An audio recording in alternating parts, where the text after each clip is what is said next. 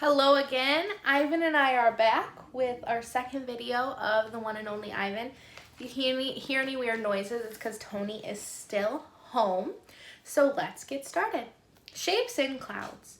I think I've always been an artist. Even as a baby, still clinging to my mother, I had an artist's eye.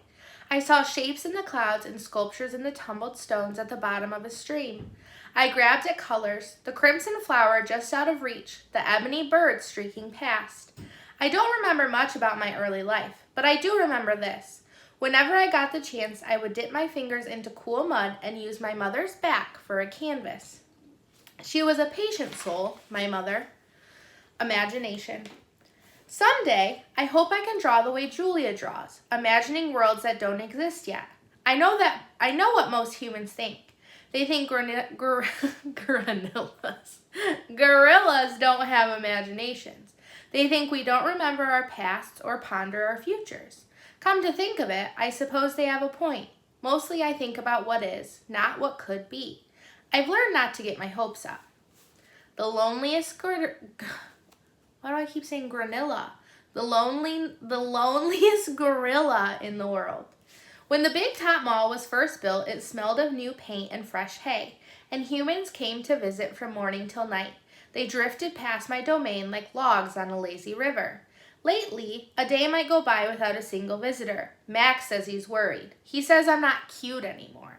He says, Ivan, you've lost your magic, old guy. You used to be a hit. It's true that some of my visitors don't linger the way they used to. They stare through the glass, they cluck their tongues, they frown while I watch my TV. He looks lonely, they say. Not long ago, a little boy stood before my glass, tears streaming down his smooth red cheeks. He must be the loneliest gorilla in the world, he said, clutching his mother's hand. At times like that, I wish humans could understand me, the way I can understand them. It's not so bad, I wanted to tell the little boy. With enough time, you can get used to almost anything. TV. My visitors are often surprised when they see the TV Mac put in my domain. They seem to find it odd, the sight of a gorilla staring at tiny humans in a box. Sometimes I wonder though, isn't the way they stare at me sitting in a tiny box just as strange? My TV is old. It doesn't always work, and sometimes days will go by before anyone remembers to turn it on. I'll watch anything, but I'm particularly fond of cartoons with their bright jungle colors. I especially enjoy it when someone slips on a banana peel. Bob, my dog friend, loves TV almost as much as I do. He prefers to watch professional bowling and cat food commercials. Bob and I have seen many romance movies too. In a romance, there is much hugging and sometimes face licking. I have yet to see a single romance starring a gorilla. We also enjoy old Western movies.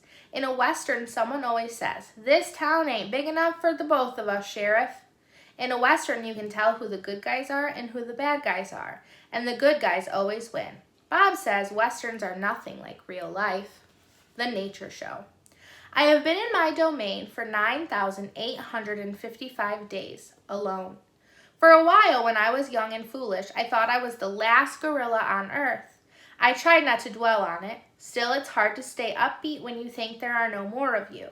Then one night after I watched a movie about men in black hats with guns and feeble-minded horses, a different show came on. It was not a cartoon, not a romance, not a Western. I saw a lush forest. I heard birds murmuring. The grass moved. The trees rustled. Then I saw him. He was a bit threadbare and scrawny, and not as good-looking as I am, to be honest. But sure enough, he was a gorilla. As suddenly as he'd appeared, the gorilla vanished, and in his place was a scruffy white animal called, I learned, a polar bear, and then a chubby water creature called a manatee, and then another animal, and another. All night I sat wondering about the gorilla I'd glimpsed. Where did he live? Would he ever come to visit? If there was a he somewhere, could there be a she as well? Or was it just the two of us in all the world trapped in our own separate boxes? Stella. Stella says she is sure I will see another real live gorilla someday, and I believe her because she is even older than I am and has eyes like black stars and knows more than I will ever know. Stella is a mountain. Next to her, I am a rock, and Bob is a grain of sand. Every night when the stores close and the moon washes the world with milky light, Stella and I talk. We don't have much in common, but we have enough. We are huge and alone, and we both love yogurt raisins. Sometimes Stella tells stories of her childhood or leafy canopies hidden by mist and the busy songs of flowing water. Unlike me, she recalls every detail of her past. Stella loves the moon with its untroubled smile. I love the feel of the sun on my belly. She says it is quite a belly, my friend, and I say, thank you, and so is yours. We talk, but not too much. Elephants, like gorillas, do not waste words. Stella used to perform in a large, famous circus, and she still does some of those tricks for our show. During one stunt, Stella stands on her hind legs while Snickers jumps on her head. It's hard to stand on your hind legs when you weigh more than 40 men. If you are a circus elephant and you stand on your hind legs while a dog jumps on your head, you get a treat. If you do not, the claw stick comes swinging. Elephant hide is thick as bark on an ancient tree, but a claw stick can pierce it like a leaf. Once Stella saw a trainer hit a bull elephant with a claw stick. A bull is like a silverback, noble, contained, calm like a cobra is calm. When the claw stick caught in the bull's flesh, he tossed the trainer into the air with his tusk. The man flew, Stella said, like an ugly bird. She never saw the bull again.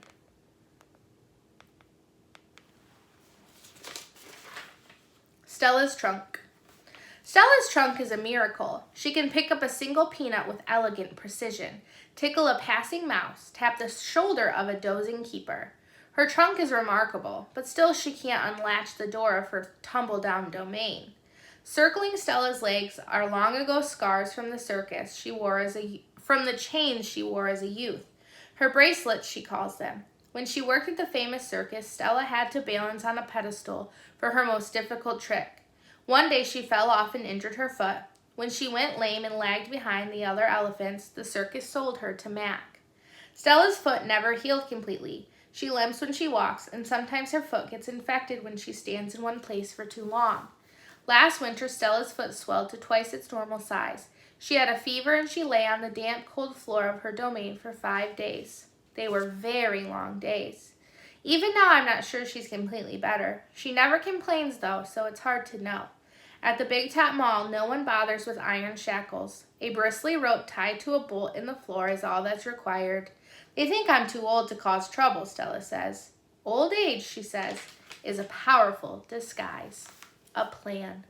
It's been 2 days since anyone's come to visit. Mac is in a bad mood. He says we are losing money, hand over fist. He says he is going to sell the whole lot of us. When Thelma, a blue and yellow macaw, demands, "Kiss me, big boy," for the 3rd time in 10 minutes, Mac throws a soda can at her. Thelma's wings are clipped so that she can't fly, but she can still hop. She leaps aside just in the nick of time. "Pucker up," she says with a shrill whistle. Mac stomps to his office and slams the door shut. I wonder if my visitors have grown tired of me. Maybe if I learn a trick or two, it will help. Humans do seem to enjoy watching me eat. Luckily, I am always hungry. I am a gifted eater. A silverback must eat 45 pounds of food a day if he wants to stay a silverback. 45 pounds of fruit and leaves and seeds and stems and bark and vines and rotten wood.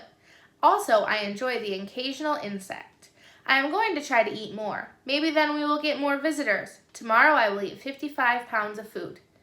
50 pounds of food. Maybe even 55. That should make Mac happy. Bob. I explain my plan to Bob.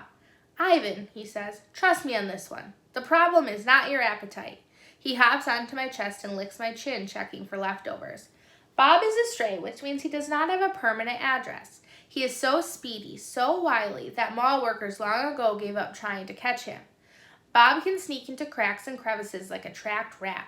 He lives well off the ends of hot dogs he pulls from the trash. For dessert, he laps up spilled lemonade and splattered ice cream cones. I've tried to share my food with Bob, but he is a picky eater and says he prefers to hunt for himself. Bob is tiny, wiry, and fast like a barking squirrel. He is nut-colored and big-eared. His tail moves like weeds in the wind, spiraling, dancing.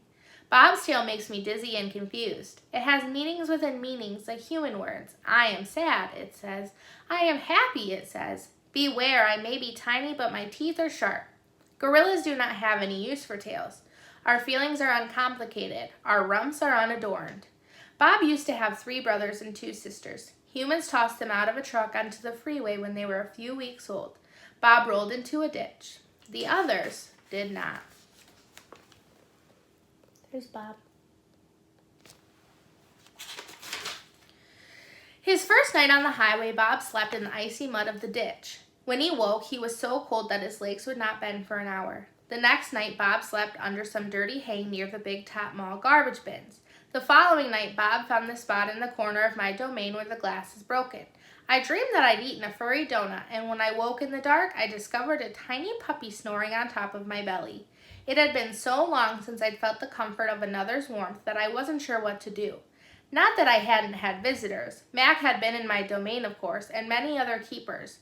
I'd seen my share of rats zip past, and the occasional wayward sparrow had fluttered in through a hole in my ceiling. But they never stayed long.